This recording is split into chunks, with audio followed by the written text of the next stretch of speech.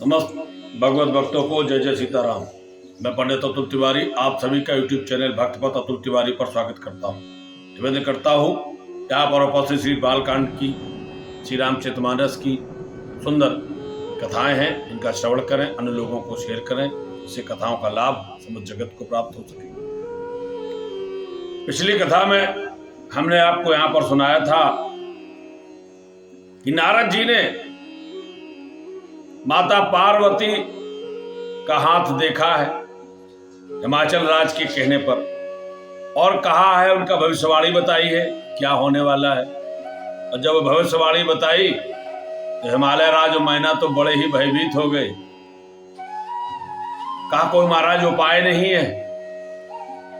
नारद जी कहने लगे, कहे मुनि से हिमवंत तो सुन, जो विध लिखा लेलार। काहे हिमवान, जो विधाता ने अब लिख दिया है वह तो होने ही वाला है। देव धनुज नर नाग मुन को न मेटन हाथ, कोई भी मिटा नहीं पाएगा। अब जब यह बात की थी कि गुरुदेव के पास कोई जाता है तो सोचा कोई उपाय तो होगा, आशा तो यही होती। पर यहां नारद जी तो बिल्कुल स्पष्ट कर दे रहे, कह रहे कोई मिटाने वाला ही नहीं है। तो कौन मिटाने वाला है? ऐसा कौन हो सकता? अच्छा, आशा तो रहती है, तो आशा हम किससे करते हैं? देवताओं से और मनुष्यों में सामर्थ्यवान से, देव धनुज दैत्यों से, नर नाग, जो भी हम उन्हीं की तो आराधना करते। परंतु हमारे गुरुदेव क्या कहते हैं, संत जन क्या कहते हैं? आहा, राखने वाला तो एक ही है, दयालु तो एक ही है। तो यहां पर तो नारद जी कह रहे कोई नहीं है, पर भगवान पुनः चरणों पर गिर पड़े, प्रभु ऐसा कैसे हो सकता है? तभी तो कहा गया है हमारे यहां भक्ति 3 प्रकार की बताई गई, उत्तम, मध्यम और अधम। जब हम भगवान से और कोई लौकिक वस्तुओं की प्राप्ति की कामना करते हैं तो वह भक्ति अधम कही गई। हम भगवान से तो चाहते हैं, पर वस्तु क्या है? वस्तु संसार की है। सांसारिक वस्तुओं की चाह जब हम भगवान से करते हैं तो भक्ति तो है, पर वह अधम श्रेणी की है।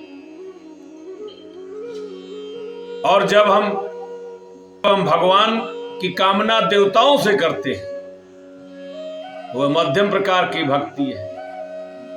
परंतु जब हम भगवान से भगवान की ही कामना करते हैं वह भक्ति उत्तम प्रकार की होती है। अर्थात आराधना तो हम देवताओं की करते हैं, हे देवता हमें ऐसी बुद्धि दे दो कि हमें भगवान मिल जाए। तो अवश्य भक्ति है, आपके अंदर भक्ति भगवान की है, क्योंकि भगवान की चाह। पर भगवान की चाह आप करते किससे हैं, मांगते किससे हैं? वह किसी देवता से मांगते। तो वह भक्ति तो है, परंतु वह भक्ति कैसी है? मध्यम प्रकार की। अरे हमें कामना ही करनी है तो हम भगवान से ही कहें, हे भगवान आप हमें अपने को दे। भगवान से भगवान की चाह ही उत्तम प्रकार की भक्ति होती है। तो भगवान की प्राप्ति के लिए हमें भगवान से ही प्रार्थना करनी चाहिए। यह उत्तम प्रकार की भक्ति है कि भगवान ही सर्वेश्वर, कुछ भी कर सकते हैं। तो जब हिमवान ने चरण पकड़ लिए, कहा प्रभु ऐसा कैसे हो सकता? आप तो गुरुदेव हैं, कुछ तो कृपा करें, कुछ तो आप उपाय अवश्य बताएंगे। और देखिए गुरुदेव पिघल गए। नारद जी कहने लगे, तदप एक मैं कहूं उपाई, ओह करे जो देव सहाई। एक उपाय है, कुछ आशा जगी हिमवान को। क्या उपाय हो सकता है? जो हमारी इतनी सुंदर कन्या है और आपने कह दिया ऐसे तो बौरा बर मिलेगा। कोई उपाय बताओ जिससे यह दोष मिट जाए। सब गुण बताए आपने, एक ही ये दोष बताया कि इसका जो पति होगा वह बावला होगा, नंगा होगा, है माता पिता से हीन होगा, बयाली कपाली, नंग धड़ंग रहने वाला, भीख मांगने वाला, ऐसा होगा। यह है अवगुण, और ये सबसे बड़ा अवगुण। और प्रत्येक पिता की कामना होती मेरी कन्या सुखी से रहे। आप कहते जंगल में रहने वाला होगा, महलों में रहने वाली ये कन्या जंगल में कैसे रह पाएगी प्रभु? कुछ तो उपाय बताओ। नारद जी कहते एक उपाय है, परंतु होने में संदेह है, सफल होने में संदेह है। तो यह हो तभी सकता है, करे देव जो हो सहाई, यदि देव सहायक हो जाए। जसो बर में बरने तुम पाही, मिले हैं उमह तस संशय नाही। हे भगवान, जिस प्रकार के वर के बारे में हमने तुम्हें बताया है कि नंगा होगा, भीख मांगने वाला होगा, ब्याली कपाली, भस्म को लगाए रखने वाला, निर्द्वंद विचरण करने वाला, वन में एकांत में रहने वाला, इस प्रकार का होगा, बुरा वेश बनाए होगा, तो मिले उमे तस संशय नहीं। हे भगवान, ये उमा को वर तो ऐसा ही मिलेगा, इसमें कोई संशय नहीं। जे जे वर के दोष बखाने, हेमान कहने लगे प्रभु तभी तो पूछ रहा हूं कि उपाय क्या है जिससे यह दोष मिट जाए, ऐसा वर ना मिले। नारद जी कहते वर तो ऐसा ही मिलेगा, पर एक बात है, वह बात यह है कि जो वर के जो दोष तुम्हारी पुत्री के हाथ में है, इसके भविष्य में है, वह हमने जो विचार किए हैं कि अगुण अमान मात पितहीना, उदासीन सब संशय छीना। हे भगवान, ऐसा ही वर मिलने वाला है, माता पिता से हीन होने वाला है, उदासीन है, लापरवाह है, गुणहीन मानहीन, न गुणों की परवाह है न मान की परवाह है। जोगी जटिल अकाम मन, नगन अमंगल वेश, नग्न रहने वाला, बुरा वेश बनाए रखने वाला, जोगी रूप धारण करने वाला, जटाओं को धारण करने वाला, जटाधारी, निष्काम हृदय, कोई कामना है ही नहीं, अकाम मन ऐसा है। परंतु ये जो जे वर के दोष बखाने, उमा को मिलने वाले वर में जो दोष है, हमने एक विचार किया है, नारद जी कहते हैं हिमवान से विचार किया है कि वह जो सारे ये दोष है वर के, ते सब सिर पहे में अनुमाने, हमने अनुमान लगाया कि जो ये वर के दोष हैं, ये शंकर जी भी तो ऐसे ही हैं। अच्छा, भगवान ने कामना तो की नहीं थी, वो तो एक संसार के ही किसी को देख रहे थे कि ऐसा वर होगा, क्या होगा। महादेव तक तो उनकी पहुंच नहीं गई कि महादेव जी भी तो हो सकते, क्योंकि महादेव तो काम को जार के बैठे हैं, वो तो काम को जलाकर बैठे हुए हैं तपस्या में, उनकी तरफ दृष्टि किसकी जा सकती है। परंतु गुरुदेव की दृष्टि ही ऐसी होती है कि जहां पर किसी की दृष्टि नहीं पहुंचती है, वहां गुरुदेव की दृष्टि पहुंचती है। इसीलिए हमें गुरुदेव की शरण में नित्य रहना चाहिए। गुरुदेव की महिमा ही यही है। शास्त्रों में, पुराणों में, संतों के द्वारा जो गुरुदेव की महिमा कही गई, उसका यहाँ पर सुंदर वृत्तांत है। यहाँ पर दृष्टिगोचर होती है गुरुदेव की महिमा, कि जहां पर किसी की पहुंच ना हो, वहां गुरुदेव की दृष्टि पहुंचती है, हिमान की दृष्टि नहीं पहुंचती है। पर नारद जी कहते हैं ते सब शिव पर मैं अनुमान्य, ये जितने दोष हैं ये महादेव के पर भी तो बैठते हैं फिट। तो हिमान चौंक गई, महादेव की बात आ गई, यहां पर शिव की बात आ गई, क्या हो सकता है प्रभु? महादेव पर अगर ऐसे हैं, बात तो आप सही कह रहे हैं, तो क्या? नारद जी कहते जाओ विवाह हो शंकर सन होई, 200 गुण सम कह सब कोई प्रभाव और पड़ नहीं सकता, कोई बदलाव हो नहीं सकता। पति तो ऐसा मिलना ही है, परंतु हे हिमवान, यदि तुम्हारी पुत्री का विवाह भगवान शंकर से हो जाए तो यह गुण भी, ये दोष भी गुण के समान हो जाए, ये दोष पर दोष नहीं रहेंगे।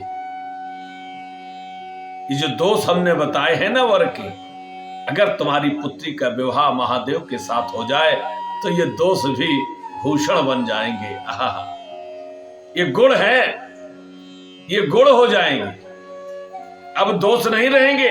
ये जटाधारी, ये नग्न रहने वाले, ये माता पिता से हीन, ये लापरवाह, निष्काम हृदय वाले, ये सब जितने भी अवगुण एक संसार के व्यक्ति पर हैं, अन्य व्यक्ति पर हैं, ये महादेव के पास जब यही जाते हैं तो ये भूषण बन जाते हैं। क्योंकि और सुंदर दृष्टांत वर्णित है, भगवान शंकर ने जब चिता की भस्म को अपने हृदय पर लगाया तो वह क्या हो गई? आहा, वह भी तो पवित्र हो गई। भवभूत संग मसान की सुमृत सुहावन पावनी, भवंग भूत मसान की सुमृत सुहावन पावनी। शमशान की राख, मुर्दे की राख को जब भगवान शंकर ने अपने शरीर पर लपेटा तो वह पवित्र, स्मरण करने में ही पवित्र है। सुमृत सुहावन, सुंदर लगने लगती है। पावनी, अच्छा, भस्म का नाम लेते ही हमारा मन प्रफुल्लित हो जाता है, लगता है पूरे शरीर में भस्म ही भस्म लगी होनी चाहिए, आनंद आ जाता है। ये कहा नारद जी ने कि देखो तुम्हारी पुत्री का विवाह शंकर के साथ हो जाए तो यह अवगुण जो है गुण में बदल जाएंगे। क्योंकि जो अहशेष शयन हर करही, बुध कछ तिन कर दोष न धरही। देखो तो हेवान, श्री विष्णु से सैया पर शयन करते हैं। सभी लोग सुंदर सुंदर सैयाओं पर शयन करते हैं, पर महाविष्णु को देखो आप, वे तो से सैया पर विराजमान रहते, परंतु बुद्धिमान कोई उनको दोष देता है, सर्व पर लेटे रहते हैं। और कोई हो तो वह दोष है ना, परंतु यही महाविष्णु जब सर्व पर शयन करते हैं तो बुद्धिमान लोग, पंडित लोग उन्हें कोई दोष नहीं देते हैं। भानु कृषानु सर्व रस खाही, तिन कहे मंद कहत को नाही। नारद जी कहने लगे, देखो तो सूर्य क्या भक्षण नहीं करते, अग्नि क्या नहीं खाती है। अग्नि में आप अच्छा डालें या बुरा डालें, सब कुछ अग्नि खा जाती है। अग्निदेव सब कुछ खाते हैं। आप बढ़िया खीर पूड़ी डालिए वह भी खाएंगे, आप उसमें मांस मदरा डाल दीजिए वह भी खा जाएंगे। सूर्य भगवान किसका भक्षण नहीं करते। संसार में ऐसी कौन सी वस्तु है जिसको सूर्य भगवान अवशोषित ना करते हो। भान कृषान सर्व रस खाई, तिनका मंद कहत को नाही। नारद जी कहते देखो उन्हें कोई बुरा नहीं कहता, उन्हें कोई बुरा नहीं कहता। शुभ और अशुभ सलिल सब बही, सुर सर को अपो नीत न कही। देखो तो हेमान, गंगा जी में अच्छा जल भी जाता है, बुरा जल भी जाता है। सुंदर जल, स्वच्छ जल भी डाला जाता है और नालियों का गंदा पानी भी गंगा जी में जाता है। सुर सर को अपुनीत न कही, पर नालियों का गंदा जल भी जब जाता है तो पर गंगा जी अपवित्र नहीं होती हैं। कोई संसार में यह नहीं कहता है कि गंगा जी अपवित्र है क्योंकि उसमें गंदा जल जा रहा है। तो शुभ और अशुभ सलिल सब बही, सुरसर को अपुनीत न कही। हे भगवान, इसलिए समरथ कहो नहीं दोष गोसाई, रब पावक सुरसर की नाई। हे भगवान, सामर्थवान को दोष नहीं लगते, ये सामर्थवान है। सूर्य, अग्नि, महाविष्णु और गंगा जी सामर्थवान है। इनमें गंदा जल चला जाए गंगा जी में तो दोष नहीं लगता है। सामर्थवान को फिर दोष नहीं होता है। इसलिए यहाँ पर सुंदर कहा कि समर्थ कहु ने दोष गुसाई, रब पावक सुरसर की नाई। सामर्थ्यवान को दोष नहीं लगता, उसके पास वह दोष भी गुण बन जाती। इसलिए तुम्हारी पुत्री का विवाह यदि महादेव के साथ हो जाए तो जो इसको प्राप्त होने वाले वर्ग के जो दोष हैं वह महादेव में गुण के समान है। इसलिए कोई ऐसा उपाय करो। यहां पर प्रश्न आता है, अच्छा संसार के मनुष्य तो बड़े प्रसन्न हो गए होंगे कि हम तो जिस सामर्थ्यवान हैं तो सामर्थ्य को दोष नहीं लगता, अब हम कुछ भी करें। और संसार में हमें लगता है कुछ लोग इसी का आश्रय लेकर ऐसा मनमाना आचरण करते भी, और दृष्टांत भी दिए जाते हैं कि भाई बड़े आदमी बराबरी न करो। पर ये दृष्टांत तो है कि हमें ऐसे व्यक्ति की बराबरी नहीं करनी चाहिए, वह सामर्थ्यवान है, वह कर सकता है। यदि तो वैसा आप करेंगे तो अवश्य किसी सामर्थ्यवान पुरुष कोई कार्य करता है और आप ऐसा करते हैं तो आप तो नष्ट हो जाएंगे, वह तो बच जाएगा। पर इसी प्रकार का आगे गोस्वामी जी ने संसार के लोगों को सावधान कर दिया है कि इस दृष्टांत का कहीं दुरुपयोग न करें। आगे की दोहे में गोस्वामी जी लिखते हैं, जो असहस सा करे नर जड़ विवेक अभिमान। तो सामर्थ्यवान की जो यह बात कही वह संसार के लोग, साधारण मनुष्य, यदि कोई मूर्ख मनुष्य ज्ञान के अभिमान में आकर इस प्रकार की होड़ करते हैं तो क्या होगा। गोस्वामी जी ने कह दिया, पर है कलप भर नरक महू जीव की इस समान। वह कल्प भर नरक में पड़ा रहता है, वह कल्प भर के लिए नरक में पड़ता है। क्या जीव ईश्वर के समान हो सकता है। तो आप ये कभी हिस्सा न करें, ऐसी होड़ न करें, ऐसा कभी सोचें भी नहीं कि समर्थ कहु ने दोष गोसाई। आप कभी ऐसा न करें कि हम तो खूब हष्ट-पुष्ट हैं, हम चाहे कुछ खाएं, आप अवश्य नष्ट हो जाएंगे और पाप तो लगेगा ही। आप अगर इस प्रकार का कोई भी कृत्य करते हैं तो आप कल्प भर नरक में पड़ते हैं। क्या जीव ईश्वर के समान हो जाता है। यहाँ जो बातें कही गई वह तो ईश्वर की बातें हैं, गंगा जी की बातें हैं, अग्निदेव की बात है, सूर्य भगवान की बात है, भगवान विष्णु की बात है। तो आप उनसे क्या जीव ईश्वर के समान हो सकता है। बहुत है, ये तो अंतर है। क्योंकि जीव और ईश्वर, जीव तो ईश्वर का एक अंश है, वह उसी में जाकर मिल जाता है। क्या जीव ईश्वर के समान हो सकता है। इसलिए ऐसा कभी भी मन में ना आए। यह प्रसंग सुनकर आगे नारद जी कहते हैं, सुरसर जल कृत बारुन जाना, कबहु न संत करें ते पाना। देखिए बड़ा सुंदर प्रसंग है, ज्ञान का प्रसंग है, जानने का प्रसंग है और कर्म में लाने का प्रसंग है।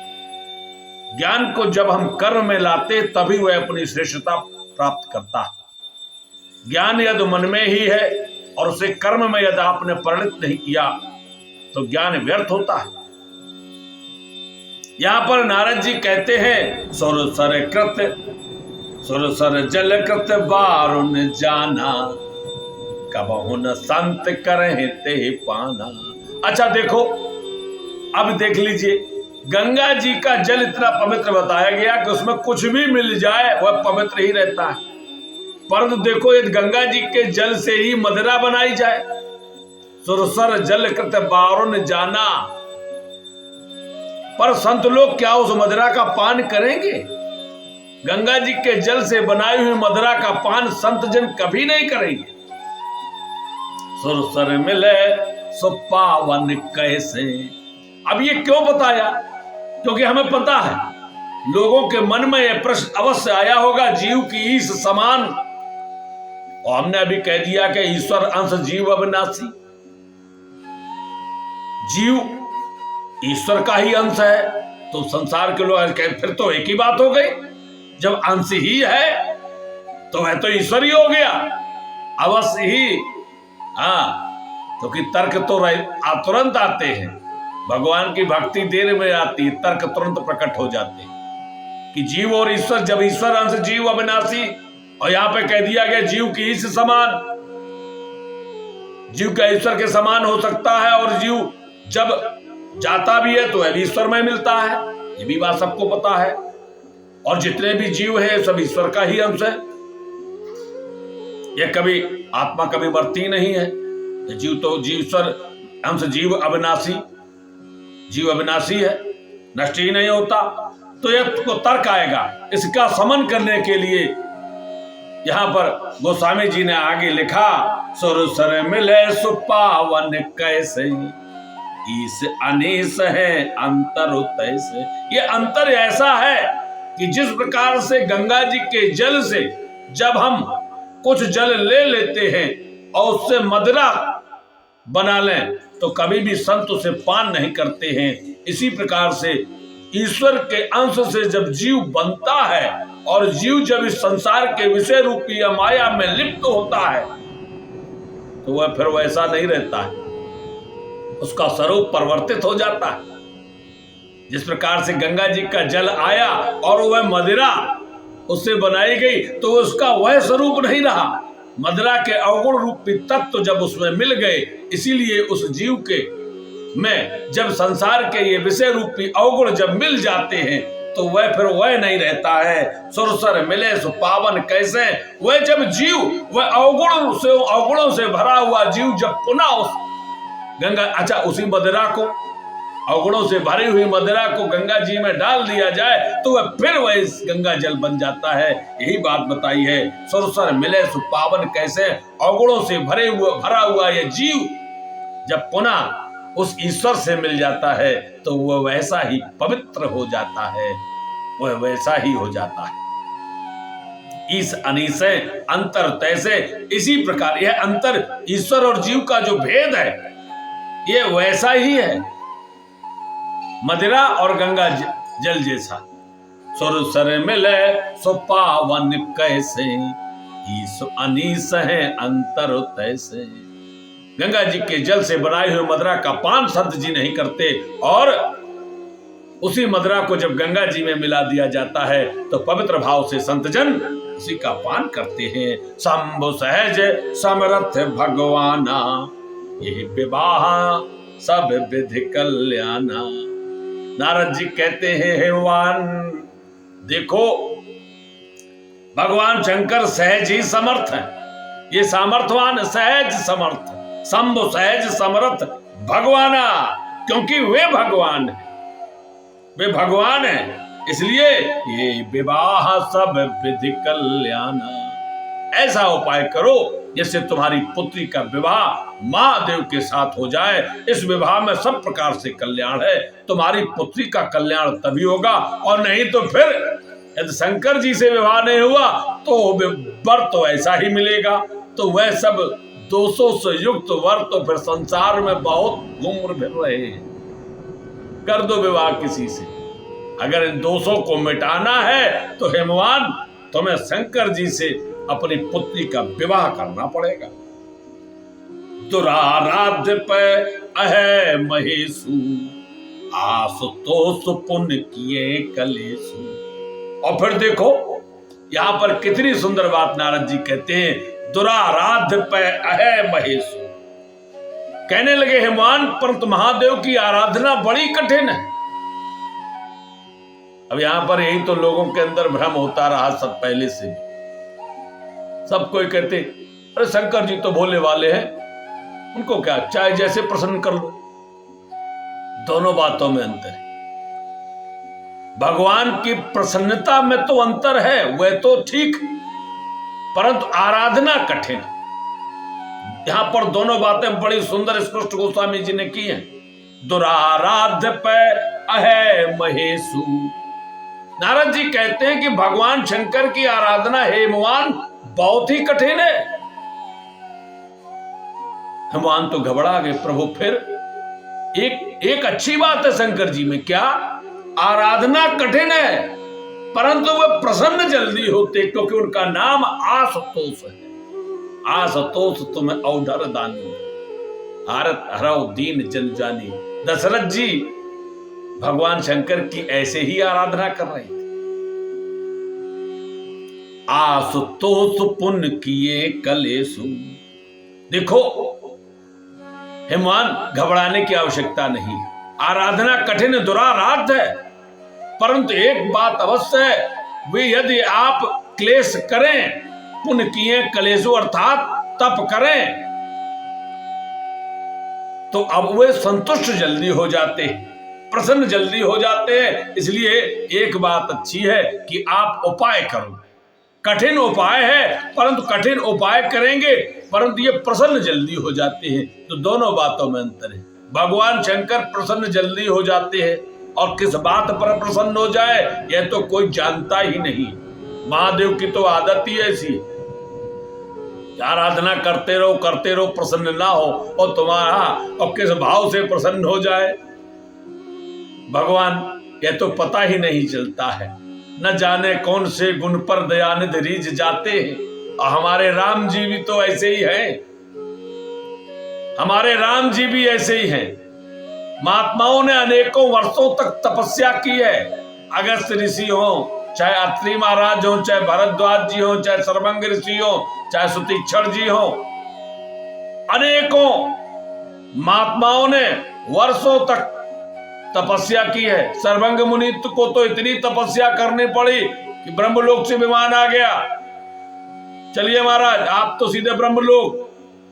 सर्वंग जी कहते हैं राम जी, करे वो उनका भी समय आने में थोड़ा वक्त है।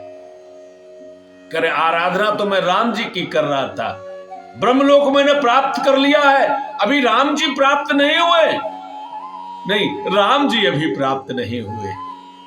इतनी तपस्या की है कि ब्रह्मलोक से विमान आ गया, पर राम जी नहीं मिले अभी तक। नहीं, मैं नहीं जाऊंगा। जब जाऊंगा राम जी को देख कर ही जाऊंगा। और जब ब्रह्मलोक का विमान ठुकरा दिया सर्वंग ऋषि ने, तो राम जी आ गए, तो राम जी प्रकट हो जाते। तो ना जाने कौन से गुण पर दयानिधि रीझ जाते हैं। राम जी किस गुण पर रीझ जाएं? सबरी को मिल गए, सुतीक्षण जी को पहले मिलते हैं। ये भगवान की लीला है। तो यहां पर नारद जी यही कहते हैं, बड़ी जल्दी संतुष्ट हो जाते हैं। न जाने कौन से गुण पर दयानिधि रीझ जाते हैं। तो आशुतोष पुण्य किए कलेशु, और इनका नाम ही इसीलिए आशुतोष पड़ गया। शीघ्र प्रसन्न होने वाले, शीघ्र संतुष्ट होने वाले हैं। इसलिए तुम इसकी भी चिंता न करो, उपाय करो। उपाय क्या है महाराज? अब उपाय क्या है कि भगवान शंकर मिले। जब इस प्रकार से हिमवान ने पूछा तो नारद जी उपाय बताने लगे। और उपाय जो है कि भगवान शंकर कैसे प्राप्त होंगे तुम्हारी पुत्री उमा को, यह हम अगले एपिसोड में आप सभी को सुनाएंगे। तब तक के लिए जय जय सीताराम।